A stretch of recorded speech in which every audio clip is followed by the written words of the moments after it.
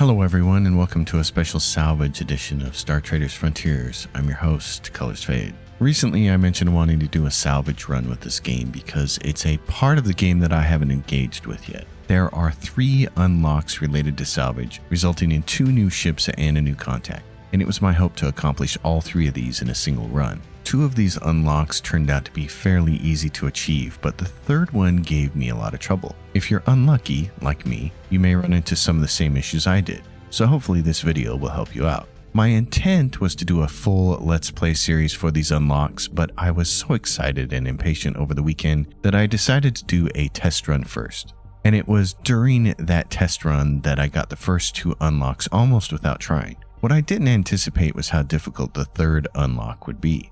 In this video, I want to show you how I went about finally getting that unlock, why I failed my first 2 attempts, and the approach that ultimately worked. Now, before I get into this too far, let's first talk about how salvaging works. It's a card game that occurs at systems where there is an active salvage rumor. It works just like patrolling, spying, or blockading.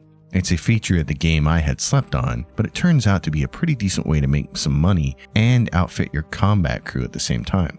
It's a sort of kill 2 birds with 1 stone approach to the game, as long as you specialize your crew to handle it. Those of you who have watched my previous Let's Play series know that I tend to prefer bounty hunting as the primary way of financing my ships and crew. I'll then take that money and spend it at various contacts to purchase weapons and military gear to outfit my combat team. But as it turns out, salvaging is also a very viable means to that end. While salvaging, you'll acquire a fair amount of weapons, specialist gear, and armor. The stuff you don't equip can be sold back to various contacts for decent cash. The disadvantage with salvaging is that you can't control the level of the gear you obtain, but if you do it long enough, you can acquire some really nice high-level equipment. Salvaging provides some other opportunities as well. In addition to offering straight cash windfalls, it also provides an easy way to remove negative traits from crew members. It can grant huge swings in reputation with factions, and can result in substantial amounts of trade goods. But of course, all of this comes with additional risks, and to mitigate those risks, we need talents. So what made the specialty acquisitions unlock so much more difficult than the other 2? For starters, the Salvage Contractor unlock is the easiest of the bunch because all you have to do is click the Salvage button 25 times before the year 220.03. As long as you have a couple salvage talents to mitigate the worst cards, that's an easy one to unlock before its deadline. Antique Collector is also pretty easy because equipment cards appear pretty often. You have until the year 230.03 to achieve this unlock, but in reality, you'll likely complete this long before that day arrives. So what makes specialty acquisitions harder than both of those is that it requires you to find rare trade goods, and those cards show up far less often than equipment cards or anything else. This in turn amplifies the amount of luck you need to achieve the unlock. It has the same time frame as Antique Collector,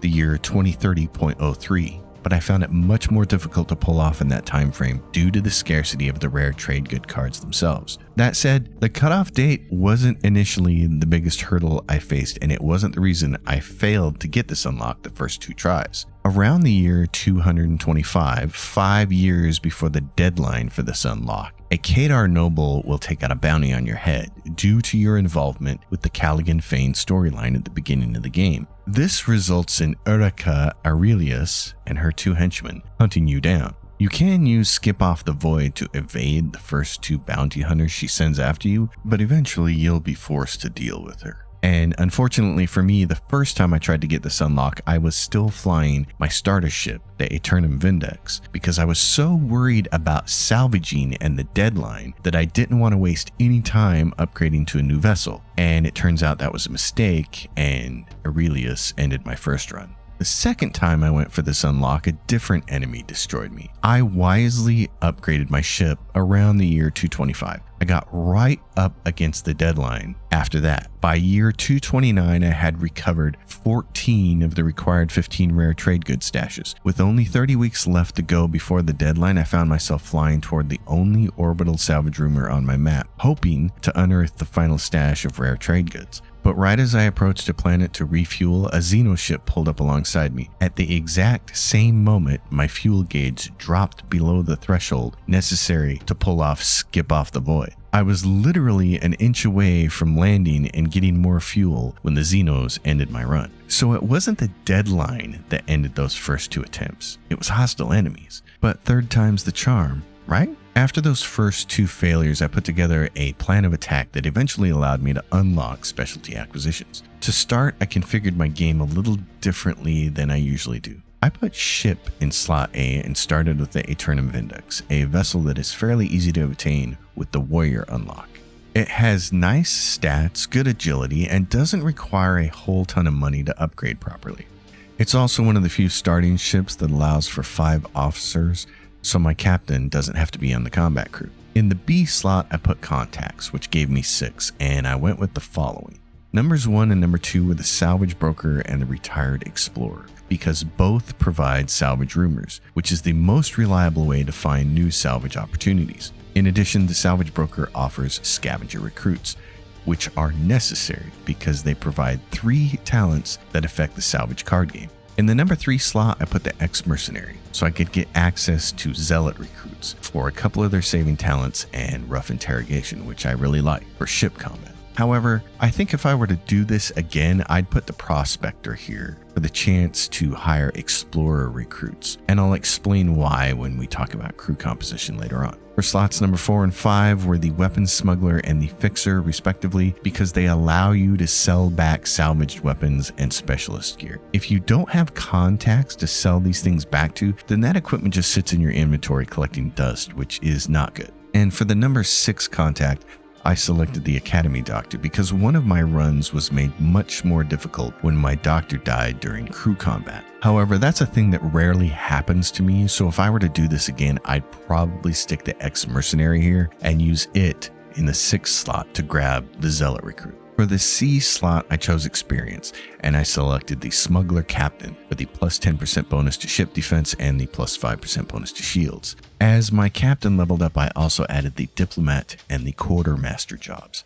Now, you might wonder why those jobs and not some other jobs I usually take. For starters, Diplomat gives you a negotiation save at level 1, which is really useful for the story missions. But more importantly, Quartermaster has a ton of great talents, and I did not realize it. I have slept on this job for far too long, but no longer. The Quartermaster is awesome for a captain. At level 1, it has saving talents for Ship Ops, Command, and Intimidate. Ship Ops and Intimidate saves happen all the time, so taking those is a no-brainer. In addition, the Quartermaster gets a save to prevent desertion, can learn hidden traits when recruiting new crew members, can increase mission payments, can put an end to a mutiny, can prevent morale loss from Xenoships showing up, has a save to prevent death like a doctor, and can ensure conscripted crew members start with higher morale and don't develop negative traits. That's a ton of benefits for a single captain job, so I will not be ignoring the Quartermaster anymore. For slot D, I boosted my captain's attributes, adding 24 to wisdom and 20 to charisma, and then for slot E, there's no bonuses, so just ignore it. For allegiance, I selected Javit, mainly for the centralized location on the map, but also for the discounted fuel and the fact that when you recruit an Exoscout later in the game, if you select one from a Javit system,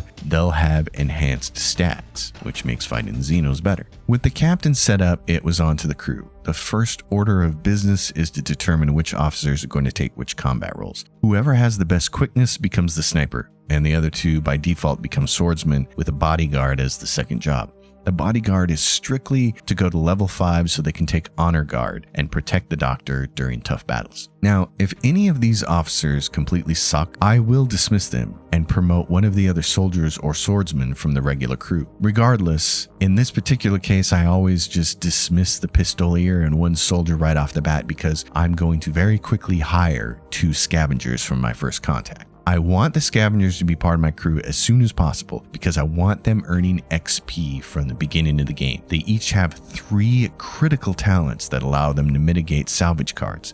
And in addition, they get an explorer talent as well, which will be important. When going after this unlock, I found it was important to have a mental image of the timeline. The deadline is the year 23003, but there are some important dates to pay attention to before then. I found that by the year 215, I needed to stop doing missions for Callaghan Fane and his family. Yes, the Fane missions pay very well and can result in some nice gear, but they're also time consuming and they wreck faction. And many of the missions require you to have explorer talents, spy talents, or they require you to move trade goods on very short timelines. In short, they require your full attention, which leaves you with less time to do missions for your contacts. And when it comes to salvaging, you need to be doing missions for your salvage broker and the retired explorer because you want to buy salvage rumors from them. If you don't have high enough influence, they won't give you what you need. Also, the reason that it's better to buy salvage rumors from contacts instead of just relying upon the spice halls and overhearing other rumors out in the galaxy is because your contacts can give you an estimate on how long the salvage rumor is going to last. So if you find out that a salvage rumor isn't going to last very long, there's no sense in wasting the travel time because they can be really far away, like 6 or 7 jumps away, and by the time you get there you're going to get a salvage like once or twice and be done with it.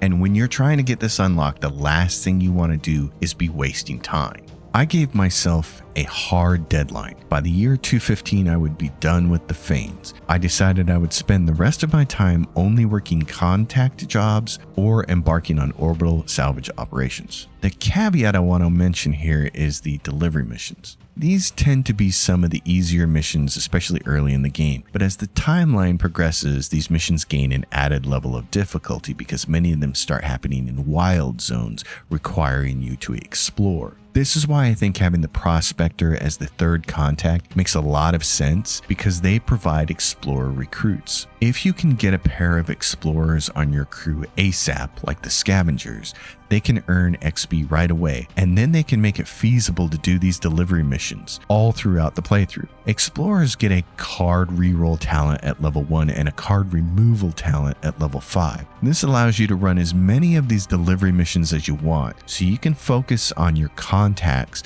and freely ignore Callaghan Fane and his family.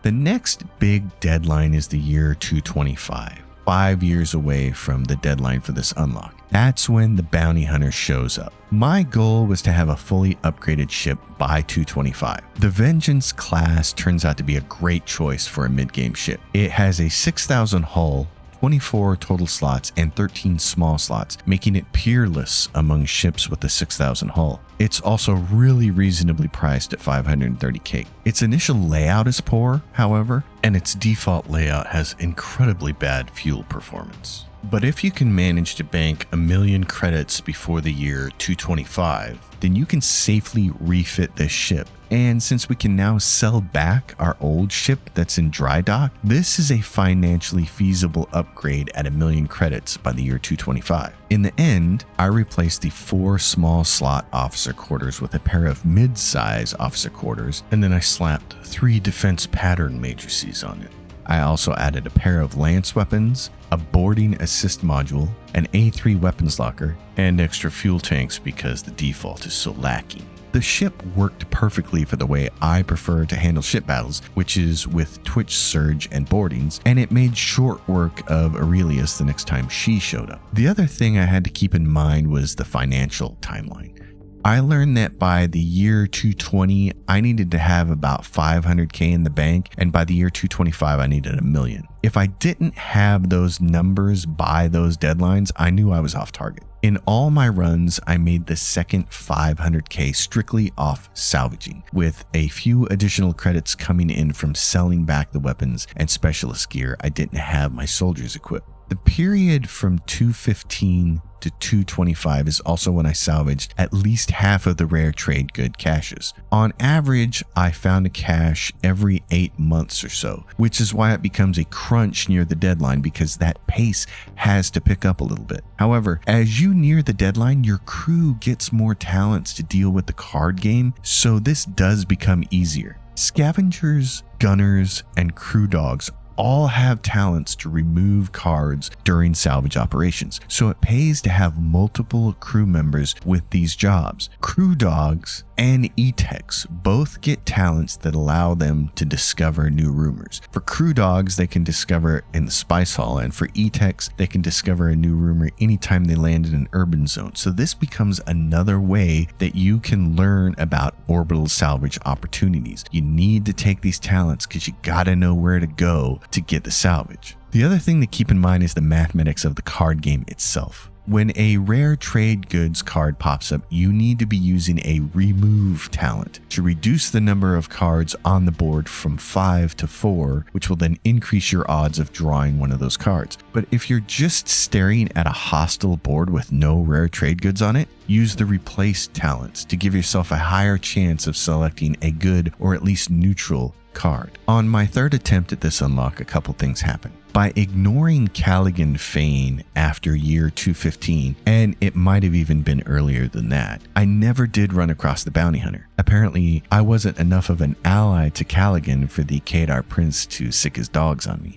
Also, I was confident enough on the third run to know that I could make the second 500,000 credits just from salvaging, so I didn't need to worry about trying to mix in other missions to earn credits. You can't spread yourself too thin when you're chasing this unlock. You kind of need to be laser focused. So from year 220 to year 225, I focused strictly on salvaging. I earned enough credits to buy a new ship and upgrade it, and I also acquired enough weaponry and specialist gear and armor to outfit my entire combat team. Having a well-equipped combat team basically negates all of the enemy salvager cards you're going to face, so you don't need to waste talents negating them. Your combat crew can do that. Instead, you can focus all your talents on negating Xenos or preventing other things like the orbital rumor from disappearing. In the end, I popped the unlock a couple weeks shy of the year 228, which was 2 years ahead of the deadline. And I have to say this was some of the most fun I've had playing this game.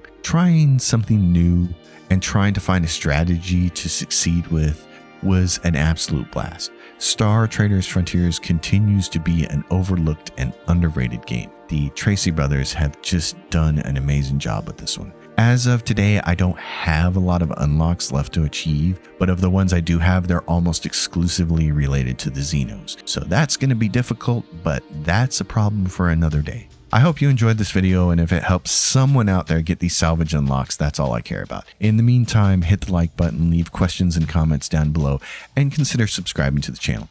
And until next time, happy gaming, everyone.